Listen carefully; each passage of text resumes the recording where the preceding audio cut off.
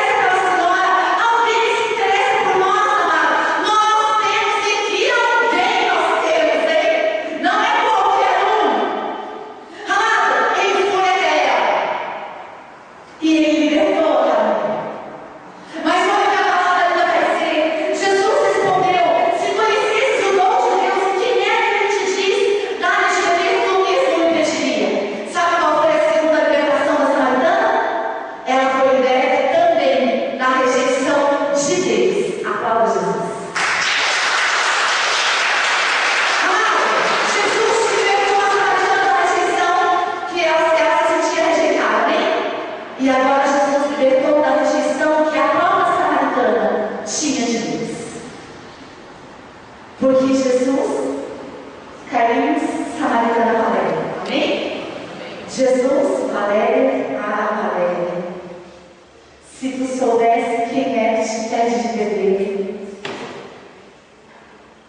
se tu soubesse quem é que fala contigo, você não precisava nem me contar que você foi rejeitado. Mas você somente me pediria água e eu te daria de beber. Aquela mulher, naquele instante, foi liberta da rejeição que ela tinha de Deus, porque ela achou que nem Deus estaria a olhar mais para ela.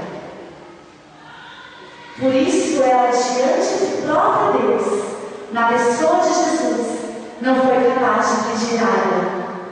Não fosse capaz, amado, de pedir a Deus aquilo que Ele poderia dar. E quando nós passamos por um processo de rejeição, nós começamos a rejeitar também a Deus, porque colocamos a culpa em Deus. E nós deixamos de pedir que Deus nos dê aquilo que Ele tem para nos dar. E nós vamos nos saciando com as águas impuras. Nós vamos nos saciando com as águas sujas. E nós vamos, amado, nos alimentando de toda a rejeição que o exterior vai lançando sobre nós. E não pedimos que Deus nos dê aquilo que Ele pode nos dar. Por isso, Deus, nessa noite, quer que você peça a Ele aquilo que Ele pode te dar. E Deus pode, nesta noite, te dar tudo. Se você permitir que Ele entre na tua vida, como Ele entrou na vida da Samaritana. Amado, em nome de Jesus, eu digo para você nessa noite: quem é Deus na tua vida? Quem é Deus na nossa vida? Amado, nós tratamos Deus como se Deus fosse uma pessoa qualquer. Deus não é uma pessoa qualquer, Ele se encarnou, se fez homem. Sim, mas Ele ressuscitou no terceiro dia e hoje Ele está sentado à direita do Pai, cheio de glória. Deus é Deus, amado. E nós podemos pedir a Ele tudo. Podemos pedir a Ele tudo. Se você conhecesse a Deus, você mesmo pediria que Ele te desse tudo.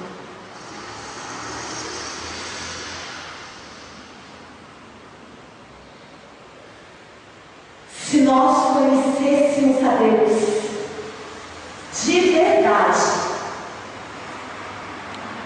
não pediríamos a terceiros, mas nós que iríamos até Ele e pediríamos dar-lhe de beber. E nós não conseguimos mais nos aproximar de Jesus, porque colocamos, esperamos dos homens tudo que nós precisamos, tudo que nós queremos, e porque precisamos deles, porque esperamos deles, nós nos decepcionamos, e porque nos decepcionamos com homens, transferimos isso para Deus e rejeitamos a Deus. E esquecemos que Deus é maior que o homem. Amado, olha o que a palavra ali vai dizer: Senhor, a mulher disse: Senhor, não tem sequer um balde, o poço é fundo, de onde tem essa água? Será melhor que o nosso pai Jacó, que nos deste esse poço, do qual bebeu ele mesmo, como também seus filhos e seus animais? Jesus respondeu: todo que beber dessa água terá sede de novo, mas quem beber da água que eu lhe darei, nunca mais terá sede, porque a água que eu darei se tornará nele uma fonte de água jorrando para a vida eterna. E Deus libertou a Samaritana de novo. Olha o que o irmão disse: Ele libertou-a de novo. Libertou ela do sentimento de rejeição. Libertou ela do sentimento de rejeição a Deus. Libertou ela do sentimento de auto-rejeição. E libertou ela do sentimento de rejeição aos outros. Tu é maior que o meu pai Jacó? Porque sabe, esse poço que está aí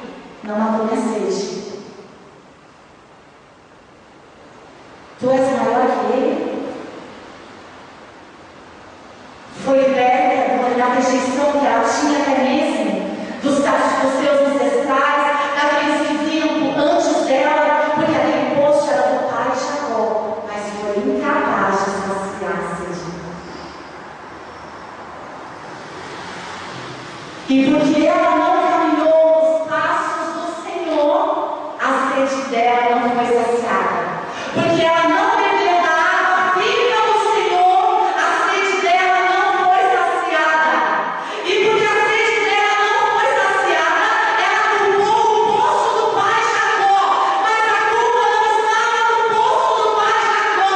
A culpa estava porque ela tinha ido beber no lugar errado. Aplauda Jesus. A culpa não era do outro, não era do poço, não era do pai Jacó. A culpa não era dos seus ancestrais, não era dela. O poço estava ali, mas o poço não saiu atrás dela para beber água. Ela ia beber água do poço. E essa história parece conosco, não? Quando nós julgamos e colocamos a culpa em tudo, menos em nós. Eu fiz porque fulano fez. Eu fiz por causa daquilo. Eu fiz por causa disso. E a minha parcela de culpa está onde?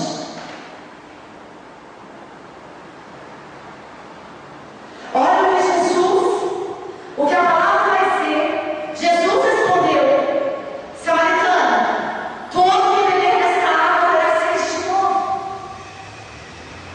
Mas o que beber da água que eu der, jamais terá sede. E precisamos aprender isso. Se procurarmos nos lugares errados, vamos ter sede de novo. Mas se procurarmos em Jesus, jamais teremos sede. E ainda a palavra diz: dele se tornará nele uma fonte de água jorrando para a vida eterna. E além de você saciar a sua sede, ainda você vai saciar a sede de muitos. Porque uma pessoa que experimenta Jesus, ela não consegue ficar com Jesus somente para ela, mas ela leva a experiência de Jesus por onde quer que ela vá. Porque, amado, um homem que experimenta Jesus, Jesus não cabe no mundo somente nele, mas Jesus quer ir ao encontro, talvez até mesmo das coisas erradas que ele deixou para trás, para que elas também sejam libertas. É preciso, amado, esse fazer a experiência de Jesus. E olha lá na palavra, ele vai dizer: ele me disse, vai chamar teu marido e volta aqui. E o que ela disse? Eu não tenho marido. Amado, Jesus, naquele momento, quando ele disse para a samaritana: se você beber da minha água, você não vai ter sede. Jesus libertou a samaritana da rejeição, amém? Mas Jesus é tão magnífico que ainda falou para ele. Ele disse: eu vou nunca mais. E essa mulher vai sair daqui cheia do Espírito Santo. Eu vou nunca mais. E essa mulher vai sair daqui cheia do Espírito Santo. Vai lá, samaritana. Chama o marido. Não vou, Jesus. Eu não tenho marido. No momento que Jesus olhou para ela e disse: vai, chama teu marido, o Espírito Santo veio sobre aquela mulher e ela foi obrigada a reconhecer diante de Deus o seu pecado. Aplaude Jesus. Vai lá, pega o teu marido. Ele sabia que ela não tinha marido, mas ele queria ouvir dela: eu não. E diante de Jesus ela passou por um processo que nós precisamos passar, amém? O arrependimento dos nossos pecados. Jesus cura, Jesus liberta, mas Jesus faz algo que nós estamos esquecendo de fazer. Jesus curou e libertou a samaritana, é verdade. É claro, a filha amada dele, claro que ele ia libertá-la. Mas ele também olhou para ela e fez ela reconhecer o seu pecado, para que ela fosse perdoada. E muitas vezes nós estamos esquecendo desse processo. E estamos fazendo algo que a igreja, o próprio catecismo da igreja, nos ensina a não fazer. Sabe o que é? Omitir. E estamos pecando por omissão. E depois dizemos que a igreja está errada. Quem está errado são os homens. Estamos participando de um processo de omissão. Jesus não omitiu o pecado daquela mulher, mas ele também não saiu gritando aos quatro cantos. O que ele fez? Ele foi frente a frente com ela. E foi direto ao ponto. Jesus não mandou recado. Vai lá, chamar. Ela olhou para ele. Diante de ti eu não posso mentir. Eu não tenho. Diante de Deus nós não podemos mentir a nada. Você pode mentir diante de quem você quiser, mas diante de Deus não há mentira. Mas saiba você também que Jesus não expõe ninguém. Jesus liberta. Jesus corrige para libertar. Jesus não expõe as pessoas, mas Jesus liberta. E olha que a palavra ainda vai dizer: Senhor, a mulher disse então a Jesus, ele disse, perdão, vai chamar teu marido e volta aqui. Eu não tenho marido, respondeu a mulher. Ao que Jesus retrucou: disseste bem que não tens marido. De fato, tiveste 5, e o que tens agora não é teu marido. Nisto falaste a verdade. E olha que maravilha! Jesus falou para ela o erro dela, fez ela reconhecer que ela estava errada, não passou por cima do erro dela, mas corrigiu-a, mostrou a ela o seu erro, fez ela reconhecer o seu erro, mas o que Jesus fez? Passou por cima do erro e ela também elogiou. Nisso disseste a verdade, amado Senhor. Amado, dizer a verdade não é vergonha para ninguém. Precisamos sair da mentira. O pai da mentira é o diabo. Precisamos denunciar o demônio, amado. O demônio é vencido pelo poder do nome de Jesus. Disseste bem. Você não tem nada. Sabe por que não? Porque Maria é esposa vencida. E aqui todo espírito de adultério, que sejamos libertos agora no nome de Jesus.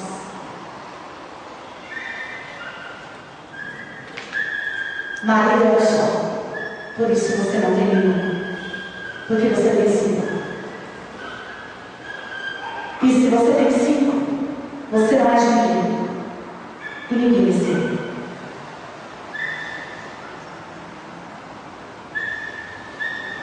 Jesus libertou aquela mulher de todo espírito de adultério, prostituição, fornicação. Jesus libertou aquela mulher até os seus ancestrais, até a sua última primeira geração, de todo o espírito de adultério que rondava aquela família. Libertou aquela mulher de todo o espírito de traição, todo o espírito de mentira, de engano. Jesus entrou na vida daquela mulher para libertá-la, como Jesus está fazendo agora. Jesus está entrando na tua vida para te libertar, mas com toda essa multidão de pecados. Jesus olhou para ela e disse: você disse a verdade, e por isso eu estou aqui. Catecismo da Igreja Católica vai dizer exatamente assim para nós: o dever dos cristãos de tomar parte na vida da igreja leva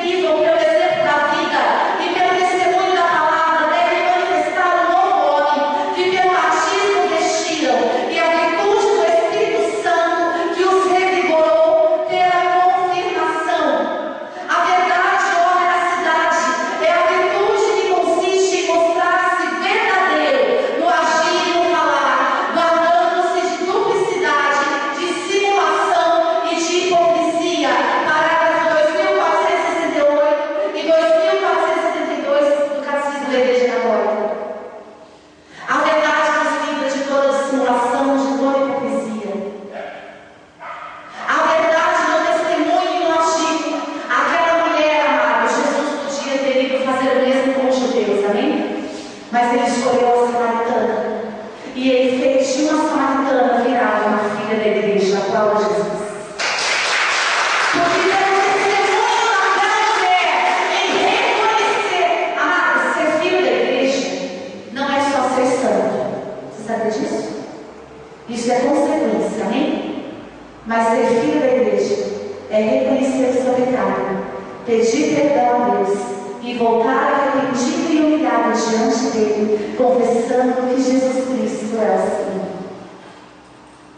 Isso é ser filho da igreja, porque a igreja, amado, é lugar de perdão. Podemos ver durante todos esses tempos, essa semana no Papa Francisco, amado, aquele homem mexeu comigo de uma tal forma tremenda, como mexeu com muitos, eu tenho certeza. Amado, que testemunho, eu fiquei com vergonha.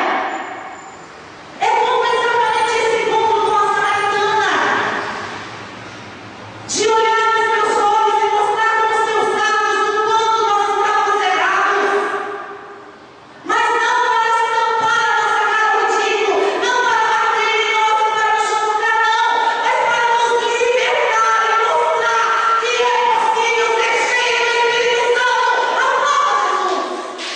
É possível, amado, quando o homem quer, é possível ser cheio do Espírito Santo. Amado, o Ministério da Liberação vai dizer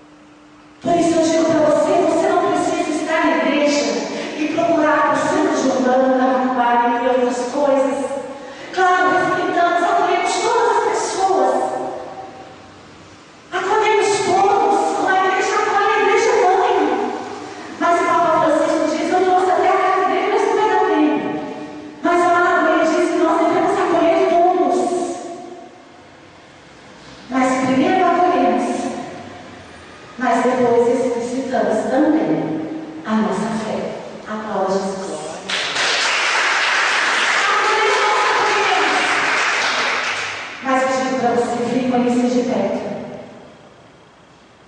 Faz a experiência. E vem conhecer o que é adorar Jesus na Eucaristia. Vem conhecer de perto o que é ir à fila de um confessionário. Vem conhecer de perto o que é entregar a vida à Virgem Maria. Se tu conhecesses, tu mesmo não impedirias de beber. E sabe por que às vezes nós não pedimos? Porque nós não conhecemos. E sabe por que não conhecemos? Porque não nos arrependemos de nossos pecados. Porque Ele nunca esteve oculto ao qual é Jesus. Ele nunca esteve oculto. Só não conhece a verdade que é Jesus. Aquele que realmente negou Jesus. Porque Ele nunca teve oculto. Por isso Ele acolhe a todos. Porque Ele se revela a todos. A samaritana passou pelos 3 processos de vocação que o Papa Francisco disse na sua leitura. Primeiro, conhecer, ser chamada por Deus. Repete comigo. Primeiro, ser chamada por Deus. Depois, ser chamada a proclamar o Evangelho. E depois, ter uma experiência com Jesus de Nazaré. A samaritana foi chamada por Deus, porque o primeiro chamado é de Deus, e depois é a nossa resposta. A iniciativa primeira é sempre de Deus. Deus conduziu a ninguém vai a Jesus se o Pai não o atrair.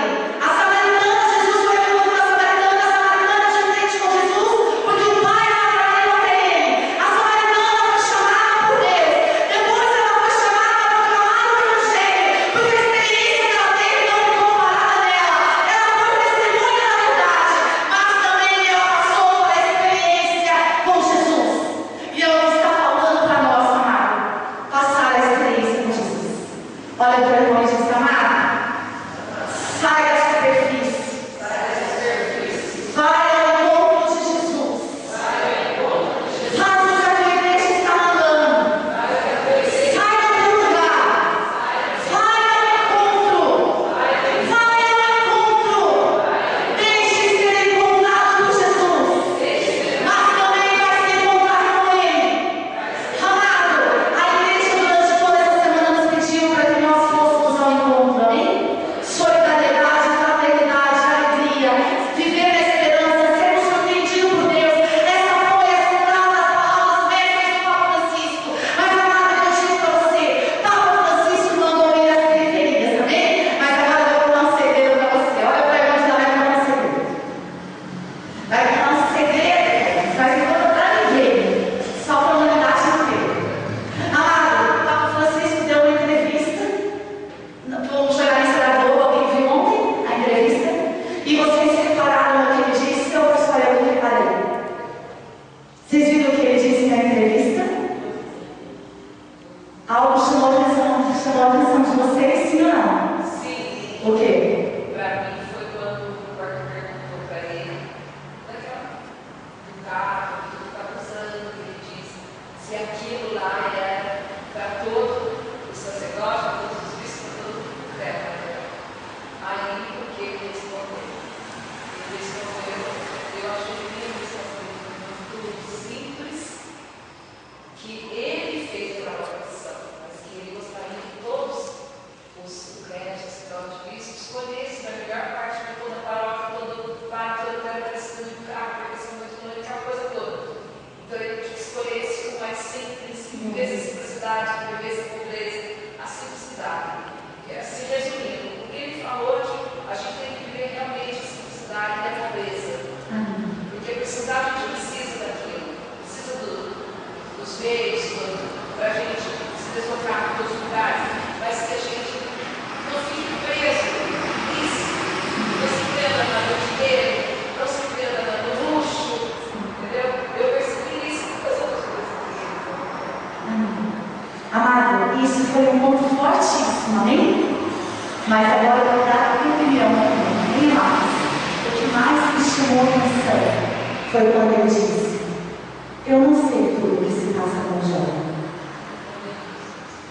Eu não sei porque eles estão se protestando, fazendo tantas coisas. O Papa não sabe nada. Mas nós muitas vezes sabemos. E muitas vezes os protestos acontecem entre nós mesmos. E eu orava e Deus me pedia para ser isso neste grupo de oração nessa noite. Talvez a periferia que você precisa ir é a periferia que está do teu lado.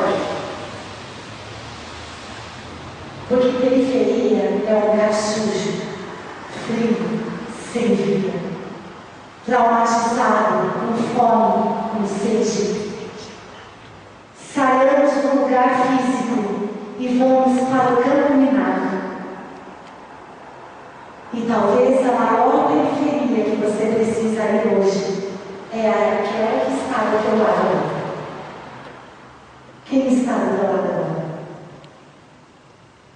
Quem?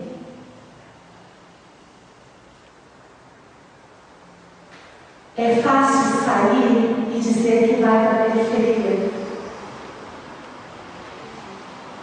Porque na periferia lá, ninguém nos conhece. Mas o difícil é sair dessa periferia para ir para a periferia vizinha. Reconhecer os nossos pecados e juntos bendizermos a Deus. Amém? Precisamos disseminar o que a igreja diz. Eu não sei de tudo. Papa Francisco foi o homem mais humano que eu vi ontem. Eu sou papa. Conheço tudo da igreja. Mas não sei de tudo.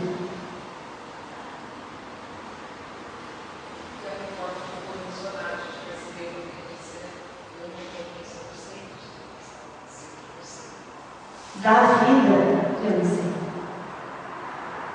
Mas você sabe. Você sabe. Você sabe o que se passa na sua vida. Eu sei o que se passa com a minha. Um dia, aquele seminário fez, vamos ficar em pé. E a Alice entrou no Facebook e me deu uma vontade de me abrir com ela, mas eu fiquei doida. Fez uma pessoa doida do outro lado do computador, era eu. Não sei nem se ela percebeu isso, mas eu fiquei louca com ela. Eu olhei para ela e vi a meu coração se abre com ela. Eu disse: eu preciso falar algo para você. Acho que você precisa dessas palavras que eu usei. Mas eu preciso me abrir com você, falar alguma coisa com você. E naquele momento caiu no fez. Eu me lembro que ela respondeu uma coisa, eu não me lembro o que era. Mas depois que caiu no fez, eu tentei lembrar de novo, não consegui.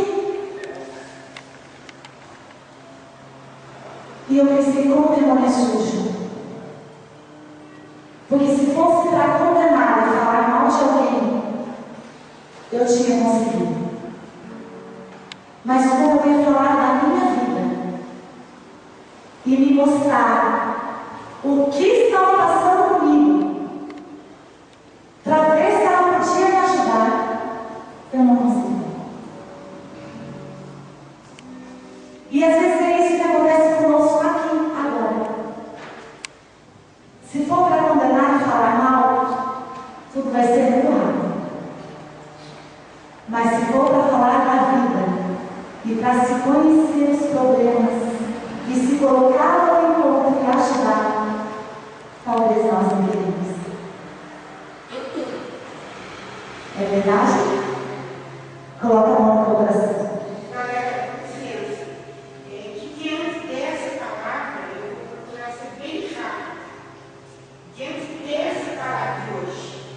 Eu vivia uma situação terrível com a minha filha, que ela estava assim, na lama, o pior pedaço da vida dela.